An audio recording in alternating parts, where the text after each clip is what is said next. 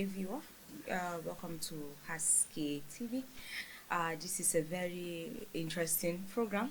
We have professionals with us here on set, all the way from Federal Medical Center. But before we go deep into today's conversation, my name is Bericlitus, and I'll be anchoring this program with me. I'll allow my guest actually to introduce himself and tell us where you're from, what you're here for, your position, where you're coming from, and any other details that we need to know. So, good afternoon, all. My name is Dr. Suleiman Abubakar Kirim. I am the acting head of clinical services, as well as head of the Department of Family Medicine, Federal Medical Center, Jalingo. Okay, good to have you here, Doctor. I'm sure a lot of us, including me, we have a lot of questions that we want to ask, especially regarding to Federal Medical Center, Jalingo. But recently, there's a growing public outreach over recent policies at the hospital. Would you agree to that the hospital is currently facing a crisis of any kind? Because going social media, for anybody who is conversant with social media, there's this light that FMC have been put under. Yeah, to be candid, I can't say that FMC is facing serious crisis. What you are hearing on social media is what people decided to discuss on social media. Sure. But people that need facts, people that want to know what is happening in the FMC, they come to FMC to seek for information. But if you rely on social media as the sole source of information for your day-to-day activities, then these are the people that will be in crisis. I don't agree that we are in crisis. But I know there are certain activities going on in FMC that people are lamenting on, issues of prices of some of the services we render to people, and then attitude of some of our staff to people. You know, these are some of the things that people are mentioning, lamenting, especially the recent innovation of packaging our services into what we call a pack system. And there is a particular one that people are recently complaining about, especially the admission pack. This pack, in pack system, there are all the services, we will pack them together. If your service require seeing a doctor, we give you what we call consultation pack. And then if you require attention in the accident of an emergency, we give you what we call accident and emergency pack. If you are coming with a wound, laceration, that will require suturing, we give you what we call suturing pack. If a wound will require dressing, we give you what we call dressing pack. If your health condition will require surgical intervention, depending on the type of surgery, if it is an appendix, we give you what we call appendectomy pack. If it is hernia, we give you what we call herniorrhaphy pack. And what that pack means, we package all those things that are required to enable seamless administration of that service. Take, for example, the admission pack you are talking about. Somebody coming for admission will require certain consumables, will require certain things that will be used in administration of drugs, and then will require certain drugs. So all these things are packed together into a single bag that we call admission pack. The essence of the consumable is to be used on the patient to maintain some level of sanity around him or the environment he stays, to ensure that there is no transfer of infection from one patient to another, to ensure that all things needed for the admission are already made available, so as to allow seamless administration of service while the person is on admission. So these are what we package together. And this is the global trend all over the world. In modern hospital practice, services are administered in pack. Okay. When you come, they look at the services you need and they get you the pack. And then you start administering the service so that there won't be delay in trying to acquire those things to put them together. And as much as possible, we get the best out of the pack. Okay, I think it's actually interesting that I get to talk to you about this particular issue, because personally going on social media and I saw this news circulating, what occurred in my head was, okay, everybody gets the same pack, same thing. What it didn't make sense to me, but you're here and making highlights on, okay, for every, it's not the same pack all through, but it varies depending on what you're in the hospital for. Now, if not, I'm getting to talk to you, I wouldn't have known this. Now, do you think the hospital is lacking in terms of communication? Because communication is very important in every office. Once there's no proper communication between the office and the general public, there is always misinformation of this type. So, do you think the hospital is lacking when it comes to communication regarding all these things and communicating to people, letting them, right before some policies are being implemented? I think the people should get to know about it, so that it will not come. Nobody will come on social media and just be ranting. FMC this, FMC that. Do you think the hospital is lacking? Well, I think we have a protocol, a department that we call Public Relation Office, who are charged with the responsibility of disseminating information as regards to activities of Fair American Center Jalingo. They are doing their best. They are working, and what I think we are not doing much is media engagement, like coming to stations like yours to engage with the public, to tell them what we do. Usually the Public Relation Office are charged with the responsibility of designing these programs that they will present to the hospital, so that the hospital will now look at how we can be able to be reaching out to the public and be telling them what we do. If there are new policies, what we need to actually is to come out first and talk to the public that these are the policies that we are trying to introduce, and people should know. They may see some changes and what have. So maybe these are some of the information that we are not paying much attention to, but actually it's opening our eyes to so many things, and we are working to improve on that. But we have arrangement on ground for people that are willing to seek for information. If you come across anything that has to do with FMC Jalingo that is not clear to you, there is a whole unit of the hospital that we call the Servicom unit.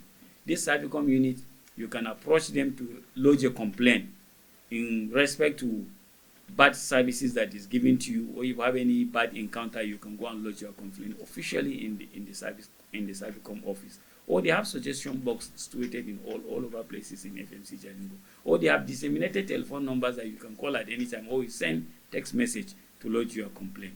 Or if you are seeking for information with regards to a particular activity or services FMC is rendering, you can go to the Servicom office and they will attend to you.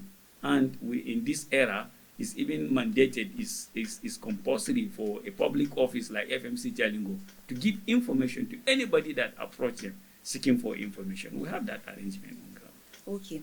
Now, though you have said a lot about this pack, but what triggered or what made that decision compulsory for the hospital to implement giving patients or individuals this pack? What was the reason behind it? You see, the issue of pack is the global standard worldwide when it comes to administering services in hospital, so that it will reduce waiting time. I think it will ensure that you get the best in the hospital, and it will prevent the hospital from what we call out of stock. You know that you have to prepare this, you must put it in the bag. And then it saves patients suffering from moving from one point to another looking for these individual items to put them together. And it also helps to prevent transfer of infection from one patient to another. What is made for this pack is for patient A, and there is no condition that will allow things that are in the pack of patient B to be used on patient A. So that helps in preventing infection. It's not that we are making it mandatory, but it's a necessity, because this is the standard all over. Anything short of that is short of service. You are not doing what is expected of you. So, and that is why if you are in the hospital to see a doctor, for example, you will, in the emergency, for example, you will need an observation pack. You know, you need to be observed. They need to check your blood pressure, check your body temperature. You understand? Check your weight, check your height. They use certain equipment, they use certain consumable to conduct that observation. We call it observation pack. And once this is done, the whole of it is done because it's made for you. And the same thing, so the same thing will not be used on another patient that comes. And that is why we are saying that it's not that it's compulsory, or no, but it's the right thing to do. You just have to do it if you want to provide qualitative care that is in keeping with the current trend in practice of medicine all over the world. This is the standard.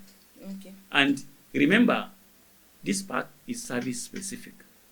For patients that are coming to be seen as outpatient, that is, they will not require admission. They will not need admission pack. It's not compulsory for a patient that are seen on outpatient basis. Even the patient that is spending maybe 24 hours, not exceeding 48 hours at the extent of emergency, they only need accident and emergency pack. They don't need admission pack. The patient whose treatment will not require wound dressing doesn't need dressing pack. Patient whose condition does not require surgery doesn't need surgery pack. The pack is for that particular service that the patient is in need for. So it's patient-centered and it's disease-specific. Okay. So what you are trying to say is it is not compulsory, because I'll still have to bring back the social media thing, because that was where this whole misinformation started from a post on Facebook. So that means it is not everybody that just goes to the hospital that gets is forced to get this pack. So we get to understand. Now, the critics again argue that this policy appears to be more of a revenue generating strategy than a patient-centered initiative. How do you respond to this? Yes, you see, as I have said, this innovation is patient-centered. It's not a revenue generating strategy, because if you look at the consumables, the equipment, and even the drugs that are in this pack, when you analyze the prices from what we get in an open market, you compare with what the FMC is giving this pack, you know that it's not a profit generating issue. FMC is a public hospital. We are charged with the responsibility of providing health care to people, training of medical students, doctors, or other healthcare workers that are specializing in the area of practice, and we are given the mandate of conducting research in healthcare. These are the three mandates given to a federal tertiary institution like ours. So we are not a profit-generating firm. So we are not paying attention to profit. What we are paying attention to is putting measures in place to ensure that we maintain services. Prices of things in the market are changing. When you come to the hospital, you will require certain investigation, for example. This investigation will require reagent, the chemicals that are used in conducting those things. You will have to go to the market to buy those reagents. Their prices have changed. They are on the increase, almost on a daily basis. The consumables we are using, we are getting them from the market. We are not producing them. And there is not a particular seed money that government has provided to be used for procuring consumables or reagent. No. What you have or what you are getting is what you are revolving to ensure that you provide things needed to maintain services. What we are doing is to ensure that we maintain services, but not to say that we are making profit. So that's to say, even the hospital as it is, these items are gotten at a subsidized price compared to when these patients go to the market themselves. So it's a bit cheaper in the hospital than getting it from the market streets. There are some things that are cheaper, actually, because the hospital tend to buy them in bulk. But what is sometimes making things to be a little bit expensive in the hospital is because of the procurement process. That is part of the regulation of government. You know, if you are buying certain things that will get to a particular amount of money, is part of the financial regulation in public service to contract it out, to give contract. And government have imposed certain tax on the contract. So because of this tax, because of these so many charges, that will make the contractual sum of the thing you are buying to be a little bit higher than what is obtained in an open market. And you may see some prices variation from what is obtained inside the hospital than what is obtained outside. And it's because of the government policy. That one is a government policy. Nobody can do it unless government change the policy. We don't have the right to go to the open market and say we want to buy things that worth 2 million naira directly. It's against the financial rule. You must contract it. And when you are given contract, the contractor must pay tax to the government. And the person will have to include his tax in whatever he is supplying. So you see the cost price of what we are obtaining in hospital sometimes may be higher than what a marketer is getting at his or her own cost price.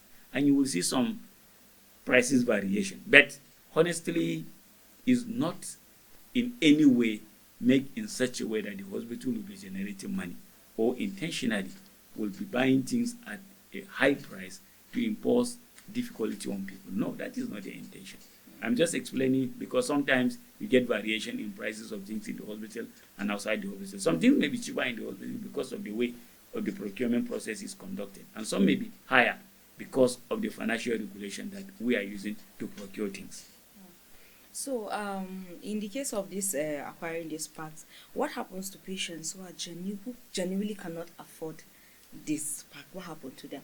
What we do for patients that cannot afford the pack is to invite what we call medical social services department. They are there. We invite them, they interact with this patient, and they are to get the pack on their behalf to see how the patient, if they can source some money before they are discharged to pay. If they cannot, the medical social services have their means of getting the money back to the hospital. There is what we call Friends of the Hospital Committee, who are moving around to solicit for funds to be kept in the Friends of the Hospital box to set out bills for indigent patients. These measures are available. So it's not that if patient doesn't have the means of acquiring pack, the patient will not benefit from the services in the hospital. That is not true. Okay. Can you tell us typically, like a typical pack? Let's say I'm going to the hospital now, I'll be on admission. What and what will be given to me? With what and what will be included in a pack that will be given to me? A typical admission pack contains some consumables. It contains some equipment or instruments that are used in administering drugs, and it contains some drugs. Okay. These consumables that we are talking about, there are some detergent, some bar soap, some liquid soap, some antiseptic. And then it contains some gloves, hand gloves, some face masks. There is what we call cannula that you insert. Before you even put the cannula, you have to tie the hand. That thing we call it tourniquet. It is there. And that tourniquet is specific for that patient. Once it's done, it's going to be destroyed. And then it contains some syringes. And then even the rope that conduct fluid from the infusion into the patient is in that pack. And then the pack contains some IV fluid as well. So if about 15 different items are contained in that pack. So that for a typical patient coming for admission, things that are required to take care of a patient on admission are provided in that pack. Okay. Yes. Okay. Now moving away a little bit from the pack and the chaos around it, oxygen is a critical life-saving necessity. Yes. What factors have contributed to its rising cost in FMC Jalingo? Well, the rise in cost of FMC Jalingo, or the rise in cost of oxygen that you are saying of FMC Jalingo is not specific to FMC Jalingo because of the variation in prices of things in the open market. Production of oxygen require the use of electricity. The tariff for electricity has changed. Production of oxygen requires sometimes the use of AGO or the diesel. The cost of diesel has changed. Oxygen is produced using a machine. That machine is a capital intensive machine, very expensive. The cost has changed. Even maintaining that machine, we don't have a single person in the whole of Jalingo that can service oxygen plants we have in Jalingo. Yes, you have to hire people from Abuja, from Kaduna, from Lagos. And in most cases, you have to book for like 2-3 months to get these people to come. And you have to pay money for them to come. So when you look at these factors, what we are using to produce oxygen in 2 cylinders in 2013, for example, now in 2023, for example, now that we are in 2026, the amount will not even be enough to produce even a half of cylinder of oxygen because of variation in cost of electricity, cost of diesel, the component of the machine, the maintenance of the machine, and even there are gadgets we use in administering this oxygen. There is something that regulates the flow of the oxygen, the gauge meter, the flow meter. The prices in market has changed. There is a tube that conduct the oxygen from the cylinder onto the patient. The price has changed, and that is why there is a slight price variation. And the price is changing depending on the prevailing market circumstances in terms of the cost of those items I mentioned. Initially, the cost of oxygen in FMC Jalingo, it used to be like per day, when it used to be like 6,150 naira, I think. Though I was confronted by some pressmen, they said, someone on the social media, and they said it used to be 12,000 naira per day. There has never been a time that we charge oxygen, but that is social media. They can't write anything. We don't pay much attention to it. What we are after is the people, so that they don't harm the people. The people may take them serious and even stop them from going to the hospital. They may end up in the hand of quacks, and that is just our concern. We are trying to let people know there has never been a time that we charge oxygen at 12,000 naira per day. And then we are changing there was a time that we changed to oxygen per hour to a particular price. And even as it is presently, the cost of oxygen per hour in our hospital is 1,000 naira per hour. And remember, it's not all patients that will be on oxygen for 24 hours, because when excess oxygen is administered to patient, it can be injurious. There are clear indications for the use of oxygen. We call it oxygen therapy. We administer it just like the way we administer drug, in certain quantity, in certain flow, over a particular period of time. So the fact that the charge of the oxygen has changed, yes, it has changed because of the cost of production of oxygen has changed, and is actually subject to review depending on the prevailing prices of things in the market. Okay, I think we are clear on that. Now, we'll digress a bit right now to some allegations. Like I said before earlier, it is good that you are here. Thank you. It is good that you're here so that people will get to. It's dangerous when you hear one side of the story without hearing the other side. So, in our efforts to balance this, that's why we have you here. Now, most times there is this, there's a narrative out there that when patient comes to Federal Medical Center, especially to the accident and emergency, it takes time before a doctor gets to see you, sometimes resulting to people losing their loved ones. And then if you mingle well with people out there, some will prefer to go to other places outside the state than FMC, because everyone has one or two negative things to say about Federal Medical Center. Now, in this issue, there are allegations, like I said, from patients that medical personnel sometimes delay responding to emergencies. What is your response to this claim? It's okay. You see, patient waiting time is determined by multiple factors. First is the availability of manpower.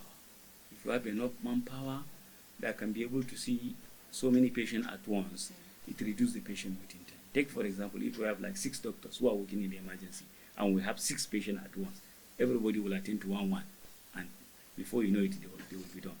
But if you have 6 patients with a single doctor attending to these 6 people, of course others will have to wait. And this is the major factor that is affecting the patient waiting time, even in the emergency. Because we have paucity of manpower, only very few doctors are working. The work the doctors are doing, you hardly meet more than 2 doctors that are working in accident and emergency part time in FMC. And the capacity of bed we have in FMC is for up to like 8 doctors to be working at a time. But we don't have the luxury of that. Where are the doctors? We don't have them. The highest we can afford to keep per ship in the accident emergency is 2 doctors. And in almost all the time, you will have more than 5 doctors that are waiting to be attended to by these 2 doctors. In fact, day before yesterday, there were 15 patients critically ill waiting to be attended to by one doctor. We had to mobilize doctors that are working in other critical area to come and intervene to be able to attend to these people that are there. So, paucity of manpower is a factor. And what we do sometimes in the emergency, people don't understand. We do what we call triage. We may have like more than 10 patients coming at a time. We have to analyze their condition to sieve out those that are critically ill to be attended to first before people whose condition is milder compared to the other. So we prioritize, give attention to people that are more in danger than the people that can wait. So sometimes you see a cool case waiting and you see an emergency coming. We have to keep him, we have to tell him to wait to attend to the emergency. Attending to that emergency may take an hour or two. And this may think that he's been abandoned. And these are the people that are raising because they are not aware of the pattern of practice in accident and emergency. You have to triage to give attention more to the people that are more in the need of emergency care than the people that can wait. That is the way we. But the major factor we are facing is the paucity of manpower. Doctors, we are in need of doctors seriously. A lot of doctors are leaving the hospital. A lot of doctors are leaving the country. Japan. Within this Japan syndrome, I hope we should organize programs so that we give you details of what is happening. People don't seem to understand. The few doctors that we see us working here, it's just we decide to stay to make a form of sacrifice to our people. Within just this March, we're in March, today is 31st March. From 1st March to 31st March, I have lost 3 doctors in my department, one department. In fact, one has tendered resignation today, making it 4. And these doctors are leaving the country. They are going to other places that pay better, where the working condition is better. You will see less patient and you will be paid more. That is what is. These are some of the pull factors. When we are discussing the Japan syndrome, when we are discussing what is responsible, there is what we call push factor, there is what we call pull factors. So, but the factors here are more like pushing the doctors away. And that recently there was a recruitment exercise in FMC Jalingo. We had more than like 20 vacancies for doctors. We sent advert looking for doctors. At the end, till we close the advert, only about 5 doctors applied. And even the 5 doctors, when they were given the appointment letter, up to today, only 2 of them decided to come and collect the appointment letter. Do you understand? And I told you, in just my department of family medicine, within the month of March, I lost 4 doctors. What of the? So we don't have manpower, and that is why we are appealing to people to put measures in place to ensure that we have manpower on ground, so that we can be able to help people. Okay. A single doctor will be doing the work of like 20 doctors, and this stress, burnout, are part of the push factor that are making the doctors to leave the environment because it's not conducive. And what they are gaining, what they are earning is not commensurate with the stress, the work they are doing. And that is what is actually making people not listen. I think we should have you here one of these days to talk about the Japa syndrome. Yes. And then measures that can be put in place to curtail all these doctors fleeing. Now, lastly, and finally, what message or reassurance would you like to give the people of Taraba State at this time? Because it seems we have a lot on our mind. So what I have to say to the people in Taraba State, not even Taraba, we provide service to people in Taraba, even the neighboring state, is that Federal Medical Center Jalingo, we are committed to providing qualitative services to them based on the mandate given to us by the federal government. Health services, clinical service, patient care, training, and research. We are committed to that, and that is the sole factor that we pay attention to. Anything that can affect these 3 cardinal issues I mentioned, we pay attention to it. We don't want services to be affected in any way. That is why we are modifying the services from time to time. If there is anything that will apply the supply of reagent, we have to put measures to ensure that we block it so that there will be continuation of service. Anything that will affect training is of great concern to us. Anything that will affect our research, the research we conduct to bring out need information that will assist in care of patients, we pay attention to it. We are assuring the people in Taraba and beyond, that we are committed. And anytime you have issue that you think is not very clear to you, please don't be like the social media people to go and start writing. What you are doing is what we call professionalism. You had something, you invited us. Do you compare yourself with somebody that had something and started writing? No, but we are not, we don't pay attention to these people. Our concern is the people that will be affected. So anytime you hear something about us, please come and meet us. Come and meet the management directly. If you can meet the management, you go through the Servicom. You ask. There are telephone numbers all over. They have office in FMC. When you enter the FMC, Jalingo, I think one of the first offices that will welcome you is the Servicom office. If you have any challenge in terms of service, you contact them. If you need information, you are seeking for information, please go and meet them so that they will provide information. So that when you are coming to give information to people, you will balance. This is what you heard, and this is what you found, and this is the true picture of it. This is my candid appeal to people. Okay. Thank you. It's actually good to have you, and it's good that we get to understand. We've had the social media part, and it's interesting that we had the FMC.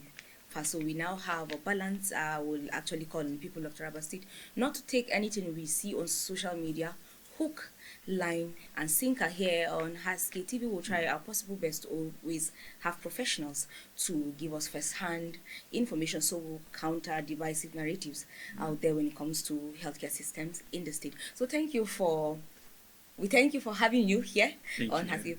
We will reach out to you very soon again for more pressing issues and concerns in the state. Thank you so much. Thank you so much for the opportunity. I appreciate it.